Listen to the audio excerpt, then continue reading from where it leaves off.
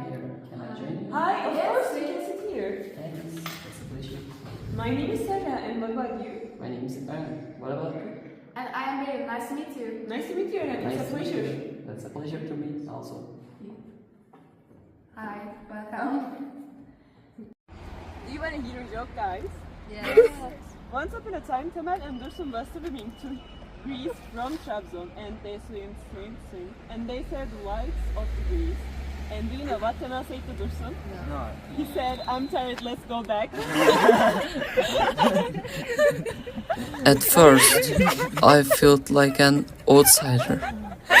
But now, I have a place, friends, memories, a community where I belong. I joined this project to show you how differences can bring us together. Hi, I'm Yağmur. Hi, I'm Emir. Hi, I am Sarah. Hi, I'm Rana. Hi, I am Berilnil.